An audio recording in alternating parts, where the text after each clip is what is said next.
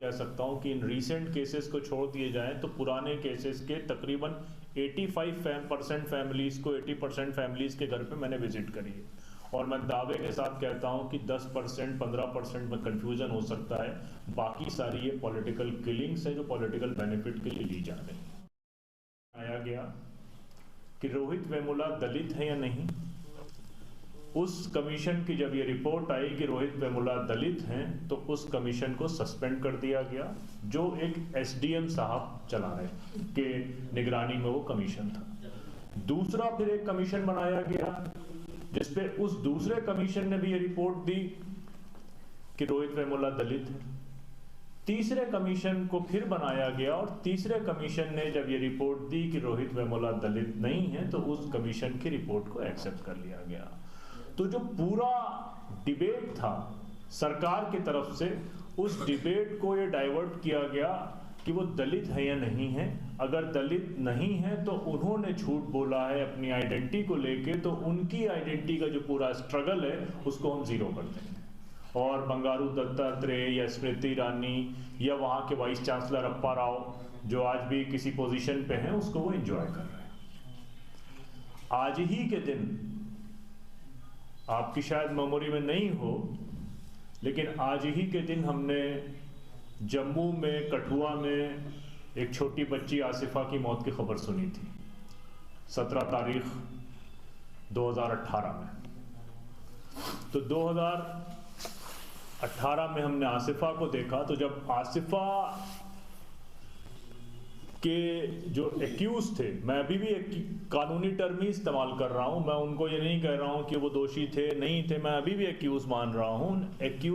जो एक्यूज थे उनको बचाने के लिए जो भीड़ यात्रा निकाली थी, तो उस यात्रा को देख के ये अंजाम हो गया था कि ये कहां तक जाएगी, और वो वहां तक गई कि एक मेडिकल कॉलेज उसने नफरत के बुनियाद पर खुद अपना खत्म करा के मिठाई बांटी है।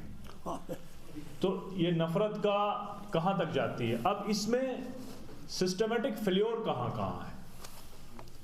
है।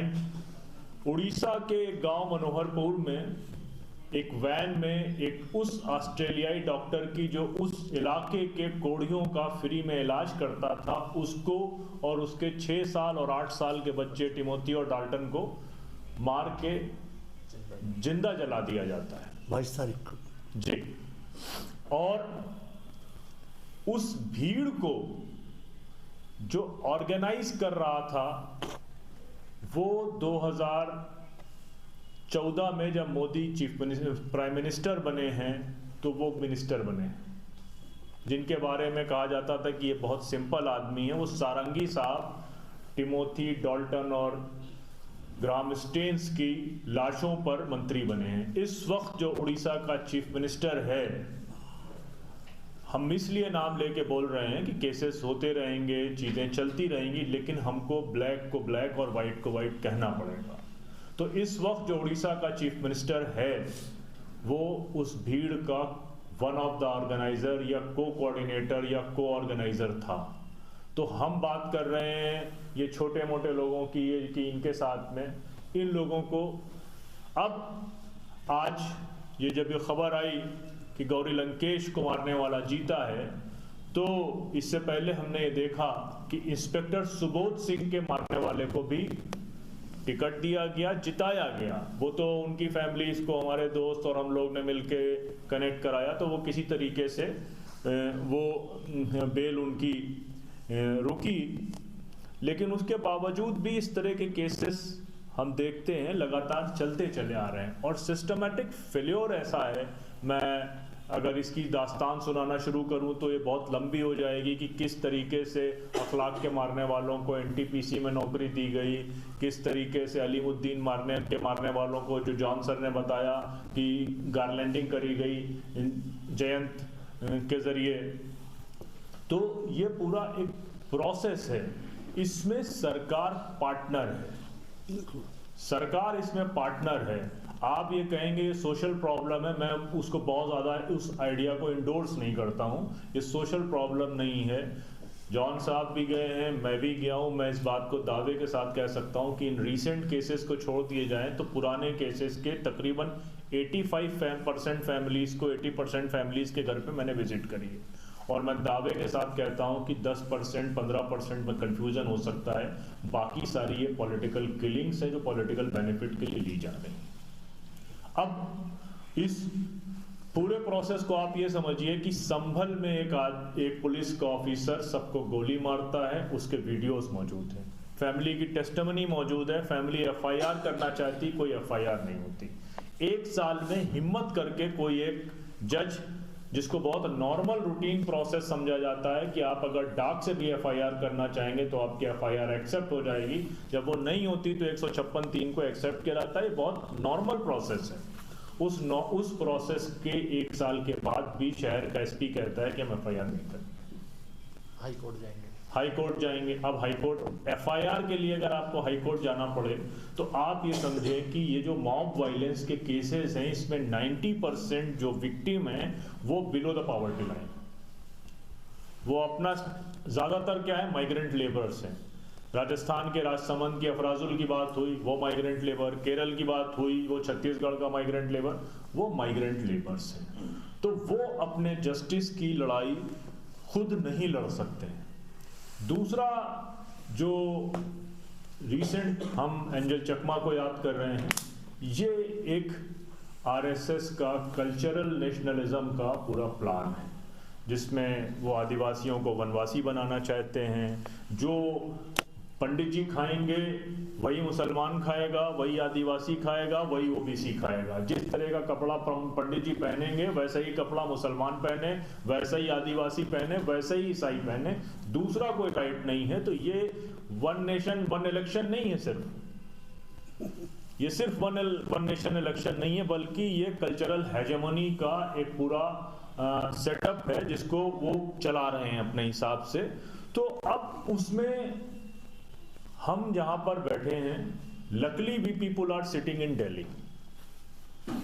मणिपुर हो गया, 2 साल हो गए, सारी चीजें हो गई।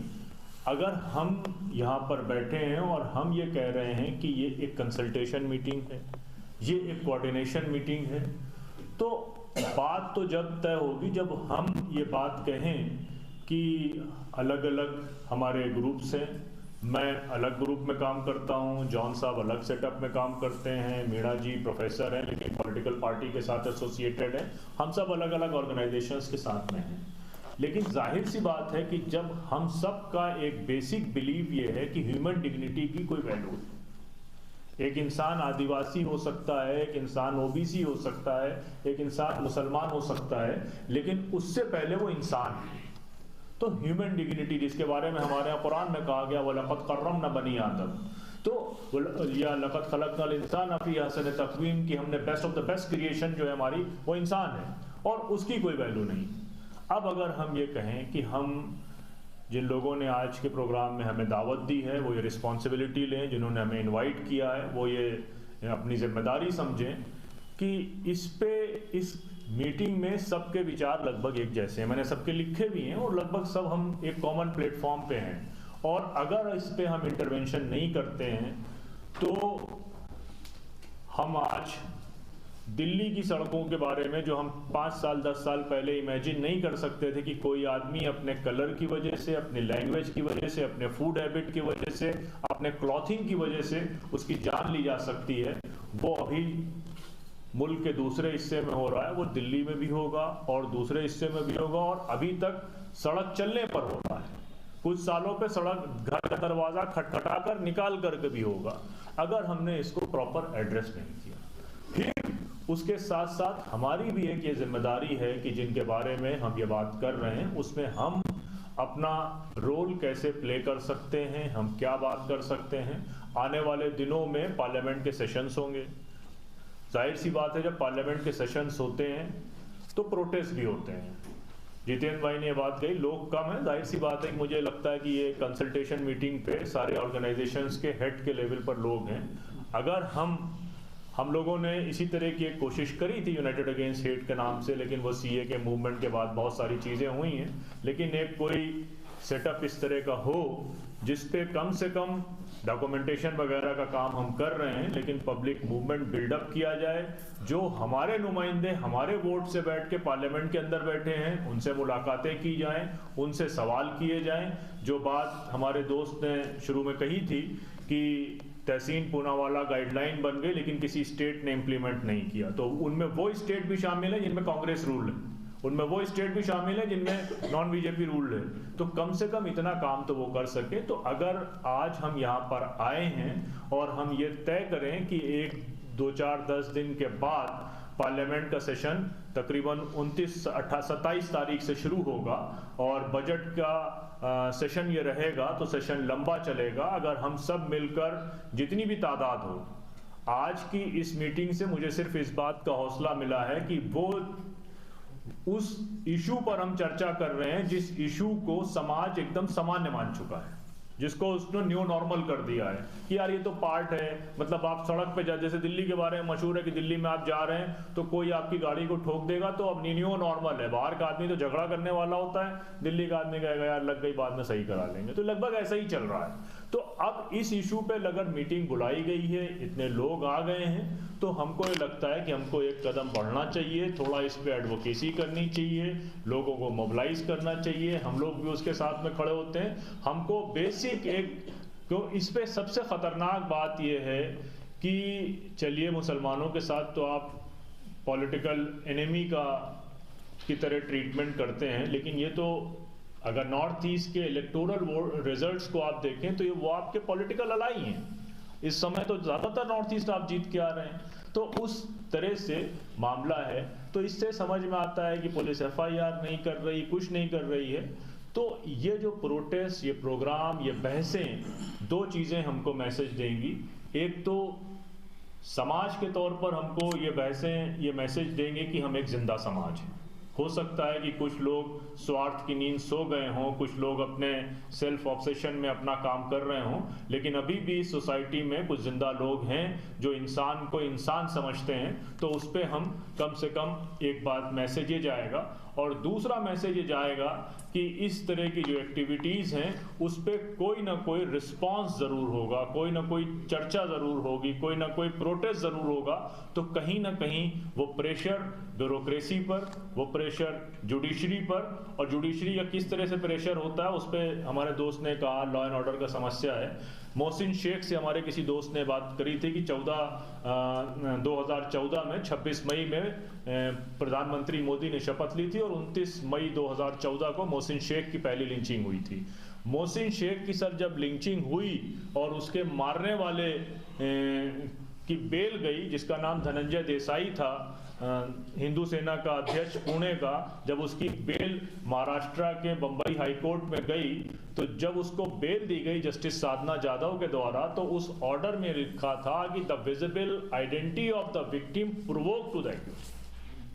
यानी कि एक्यूज का कोई मसला नहीं था, उसकी दाढ़ी टोपी देख के वो प्रोवोक हो गया था। तो ये हाल हमारा जुडिशरी का है। लेकिन जाहिर सी बात है कि ना सारी जुडिशरी ऐसी है, ना सारे जज ऐसे हैं। अगर हम कुछ इस पे एक कैंपेन प्लान करें, कुछ इस पे डिस्कशंस लगातार इस तरह के हों, मीडिया से भी कुछ बातचीत हो, और उसके बाद अगर हम आने वाले सेशंस में कोई प्रोटेस्ट, कोई प्रोग्राम रखें, तो मुझे लगता है कि इससे नीचे लोगों को हौसला मिलेगा और दिल्ली का मैसेज बाहर तक जाता है। तो दूसरे शहरों में भी ये प्रोसेस शुरू होगा। तो मैं जिस संगठन में काम करता हूँ, जिस सर्किल के साथ काम करता हूँ, आप आगे कोई भी इस तरह का एक्टिविटी प्लान करते हैं तो हम लोग अपनी खुशी के साथ सहर्ष आपके साथ शामिल हैं।